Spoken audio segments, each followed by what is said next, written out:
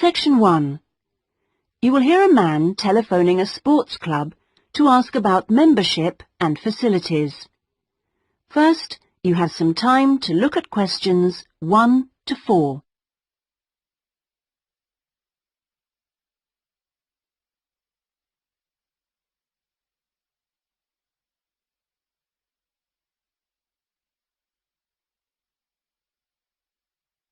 You will see that there is an example that has been done for you. On this occasion only, the conversation relating to this will be played first. Good morning. Sorry, it's gone 12. I'll start again. Good afternoon, Kingswell Sports Club. How can I help you? Oh, good afternoon. I was wondering if you could give me some information about membership and facilities. The name of the sports club is Kingswell, so Kingswell has been written in the space. Now we shall begin. You should answer the questions as you listen, because you will not hear the recording a second time. Listen carefully and answer questions 1 to 4. Good morning. Sorry, it's gone 12. I'll start again. Good afternoon, Kingswell Sports Club. How can I help you? Oh, good afternoon. I was wondering if you could give me some information about membership and facilities. Of course. What would you like to know? Do you have tennis courts, for example? No, I'm afraid we don't. We're primarily a golf club. What about football? I heard you had a team. No, I'm sorry. Perhaps you're thinking about Fresham Sports Centre. Oh, right. I know it. I played badminton there. Have you? They've got a lot of facilities we don't have, and vice versa. We do have a Keep Fit studio, which is very popular with members, and then as well as that, there's swimming, of course. That's good. I like to swim every day. We have a range of classes, too. Do you have judo classes? I'm keen to learn. Well, at the moment, we offer kickboxing. We're planning to add judo and stretch classes soon. We're currently running a range of yoga classes, too. What about relaxing after exercise? I assume you have a restaurant or something? At the moment, we've got a salad bar, which is very popular. We'll also have a fully licensed restaurant by the end of the year. Sounds good. Before you hear the rest of the conversation, you have some time to look at questions 5 to 10.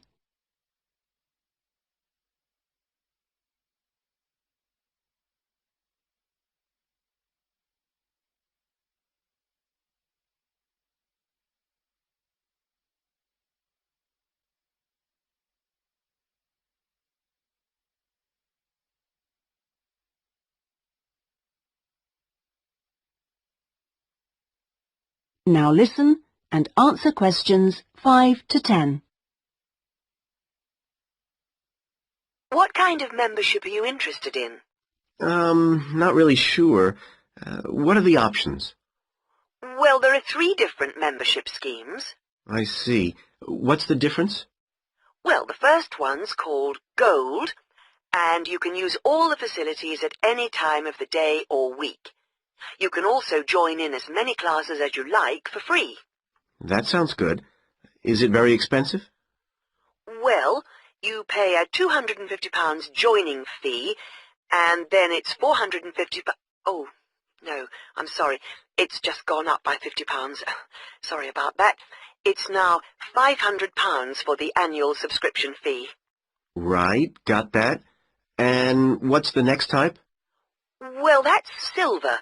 It's the same as gold, except you have to pay a small fee of £1 per lesson for any you do, and you can only use the centre at certain times. I see. So when exactly? You can only use the facilities between 10 a.m. and 4:30 p.m. So I couldn't use the pool at 8 in the morning or evening then? That's right. Okay, and the price for that? Is the joining fee the same as for gold? Actually, it's slightly less than the £250. It's £225. but the annual fee is only £300. Does that sound more like what you want? Well, it's still rather more expensive than I thought. I'm a student here in England, and I'm only here for 6 months. Ah, then the bronze scheme would probably suit you best. How is that different? Well, some of the facilities have restricted use. And do I have to pay for classes? Yes, it's £3 for each class you join. I see. And what are the hours then? Between 10:30 and 3:30 weekdays only, and you pay a £50 joining fee. The annual fee is £180. It works out at £15 a month, so that would be quite a lot cheaper. Oh, that should be all right. I could come in my free periods. What do I have to do if I want to join? Well, we book you in for an assessment with an instructor who will show you how to use all the equipment. If you want to organise a trial session and look around the centre, you'll need to speak to David Kinchley. Could you spell that, please? Yes, David, K-Y-N-C-H-L-E-Y.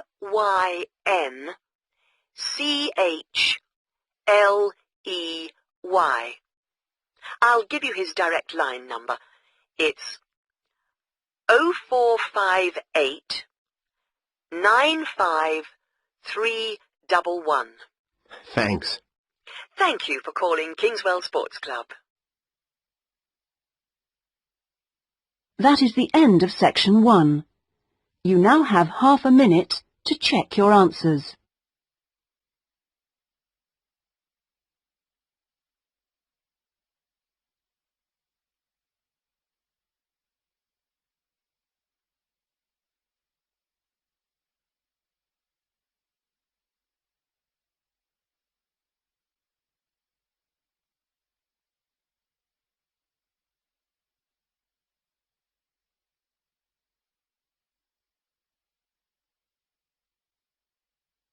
Now turn to section 2.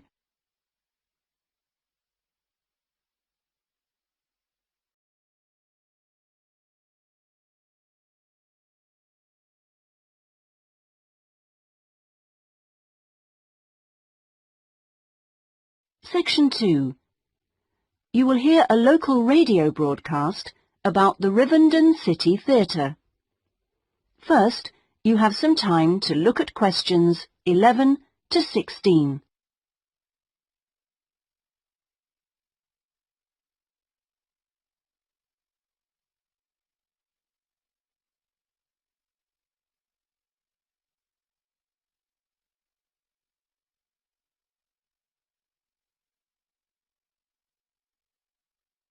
Now listen carefully and answer questions 11 to 16.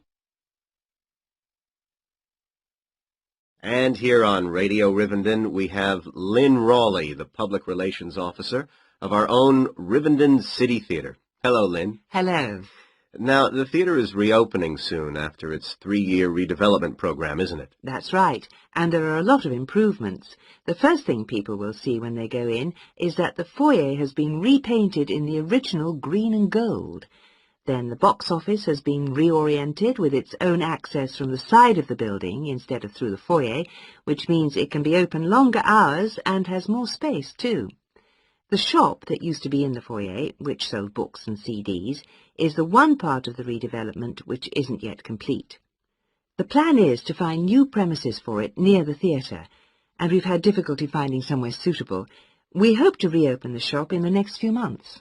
Will audiences find any difference in the auditorium? Yes, we've increased the legroom between the rows. This means that there are now fewer seats, but we're sure audiences will be much happier. And we've installed air conditioning so it won't get so hot and stuffy. We already had a few seats which were suitable for wheelchair users, and now there are twice as many, which we hope will meet demand. Something else that will benefit audiences is the new lifts. The two we used to have were very small and slow. They've now gone, and we've got much more efficient ones. Anything for the performers? Yes, we've made a number of improvements backstage. The small, dark dressing rooms we used to have been converted into 2 large, airy rooms, so they're much more comfortable now.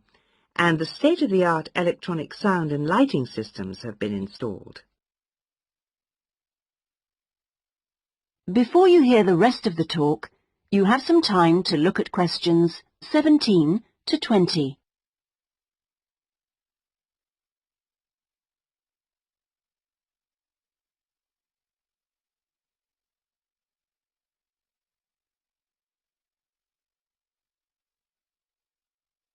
Now listen and answer questions 17 to 20. Okay, so what's the first play that audiences can see when the theatre reopens? We've got a very exciting production of Peter Shaffer's Royal Hunt of the Sun, which is currently touring the country. That starts on October the 13th and runs till the 19th. We're experimenting a bit with the time the curtain goes up. We used to start all our performances at 7:30, but that made it difficult for people to go home by public transport. So instead, we're beginning at 7, because at 9:45, when it finishes, there are still buses running. Tickets are already selling fast. The Friday and Saturday performances sold out almost immediately, and in fact now there are only tickets for Monday and Thursday. How much are they? We've introduced a simpler price structure. Ticket prices used to range from £6 to £30, but now they're all £18.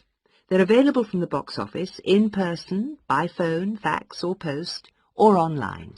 Okay, Lynn, now if you'd like to give the contact details for the theatre so that our listeners... That is the end of section 2. You now have half a minute to check your answers.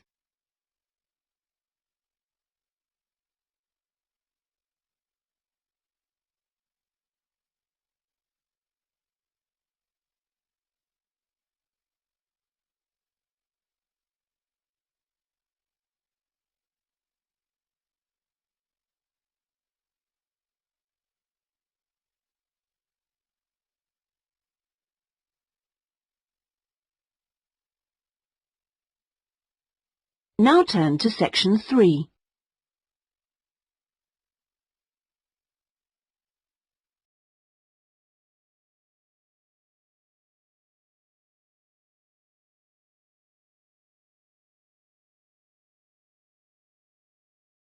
Section 3. You will hear a man inquiring about college courses. First, you have some time to look at questions 21 to 25.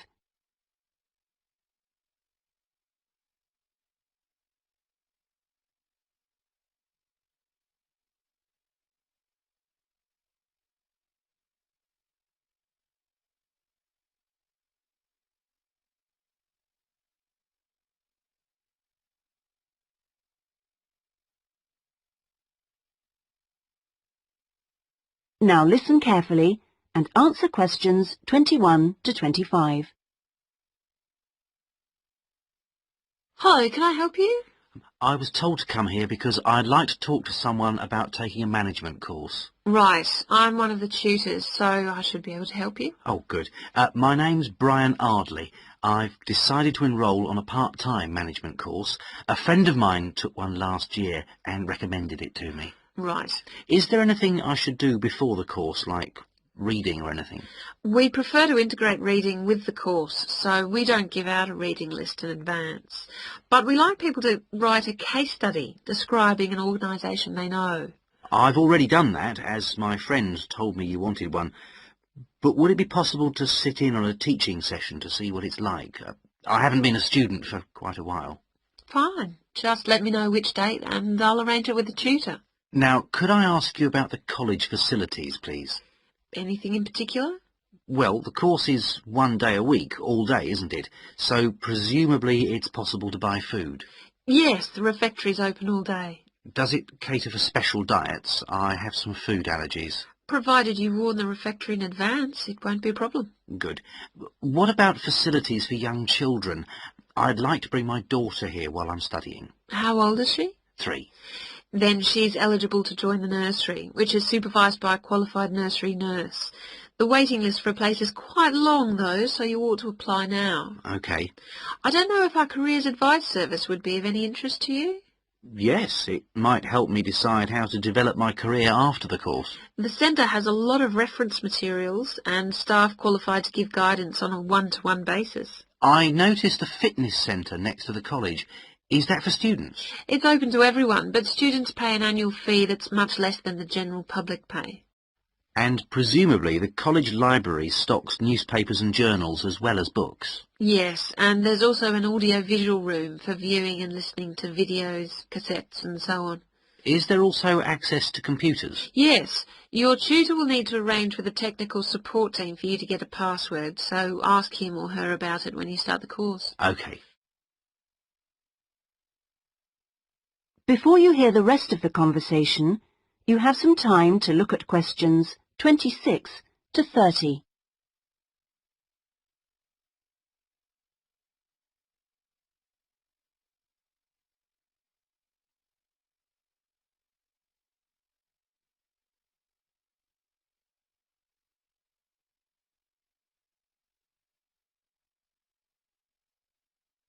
Now listen and answer questions 26 to 30. By the way, do you know about our business centre? No? What's that? It's a training resource, a collection of materials for people to study on their own or use in their own organisations. Uh-huh. You mean books and videos? Yes, and manuals for self-study, plus a lot of computer-based materials so people can work through them at their own speed and repeat anything they aren't sure about. And you can hire laptops to use in your own home or workplace, as well as printers that you can take away. Does it have anything that I could use to improve my study skills? I don't have much idea about report writing, and I'm sure I'll need it on the course. Oh yes, there's plenty of useful material. Just ask one of the staff. Does the centre cover all the main areas of business? Yes, topics like finance and of course marketing, that's a popular one. Local managers seem to queue up to borrow the videos. So it isn't just for students then? No, it's for members only, but anyone can join. How much does it cost? £100 a year for a company and £50 for an individual, with no discount for students, I'm afraid. Well, that's very helpful. Well, I think that's all. I'd better go home and fill in the enrolment form. Thanks for all your help. You're welcome. Goodbye. Goodbye. That is the end of section 3. You now have half a minute to check your answers.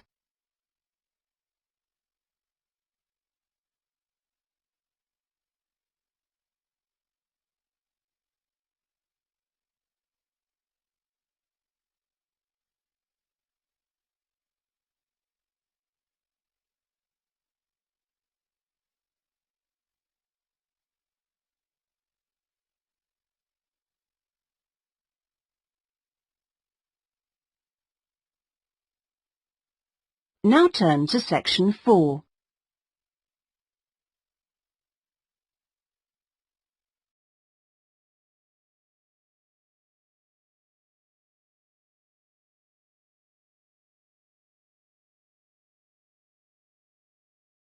Section 4. You will hear a talk on a social history of the East End of London. First, you have some time to look at questions 31 to 40.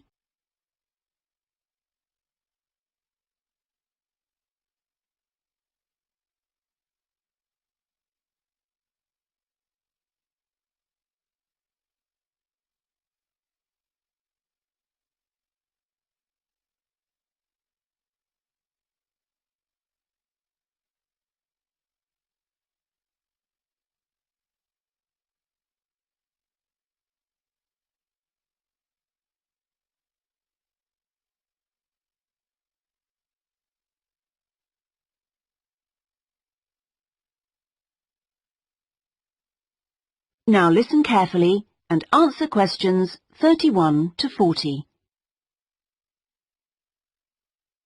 In the last few weeks, we've been looking at various aspects of the social history of London, and this morning we're continuing with a look at life in the area called the East End. I'll start with a brief history of the district and then focus on life in the first half of the 20th century. Back in the 1st to the 4th centuries AD, when the Romans controlled England, London grew into a town of 45,000 people, and what's now the East End, the area by the River Thames and along the road heading north-east from London to the coast, consisted of farmland with crops and livestock, which helped to feed that population. The Romans left in 410, at the beginning of the 5th century, and from then onwards the country suffered a series of invasions by tribes from present-day Germany and Denmark, the Angles, Saxons and Jutes, many of whom settled in the East End. The technology they introduced meant that metal and leather goods were produced there for the first time, and as the East End was by the river, ships could transport goods between there and foreign markets. In the 11th century, in 1066 to be precise, the Normans conquered England, and during the next few centuries London became one of the most powerful and prosperous cities in Europe. The East End benefited from this, and because there were fewer restrictions there than in the city itself, plenty of newcomers settled there from abroad, bringing their skills as workers, merchants or moneylenders during the next few hundred years. In the 16th century, the first dock was dug, where ships were constructed, eventually making the East End the focus of massive international trade. And in the late 16th century, when much of the rest of England was suffering economically, a lot of agricultural workers came to the East End to look for alternative work. In the 17th century, the East End was still a series of separate, semi-rural settlements. There was a shortage of accommodation, so marshland was drained and built on to house the large numbers of people now living there. By the 19th century, London was the busiest port in the world, and this became the main source of employment in the East End. Those who could afford to live in more pleasant surroundings moved out, and the area became one where the vast majority of people lived in extreme poverty and suffered from appalling sanitary conditions.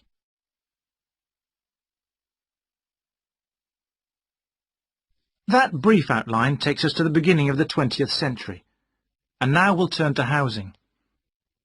At the beginning of the century, living conditions for the majority of working people in East London were very basic indeed. Houses were crowded closely together, and usually very badly built, because there was no regulation. But the poor and needy were attracted by the possibility of work, and they had to be housed. It was the availability rather than the condition of the housing that was the major concern for tenants and landlords alike.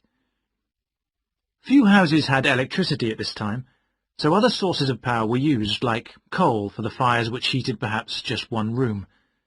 Of course, the smoke from these contributed a great deal to the air pollution for which London used to be famous. A tiny, damp, unhealthy house like this might well be occupied by 2 full families, possibly including several children, grandparents, aunts and uncles. Now, before I go on to health implications of this way of life, I'll say something about food and nutrition. That is the end of section 4. You now have half a minute to check your answers.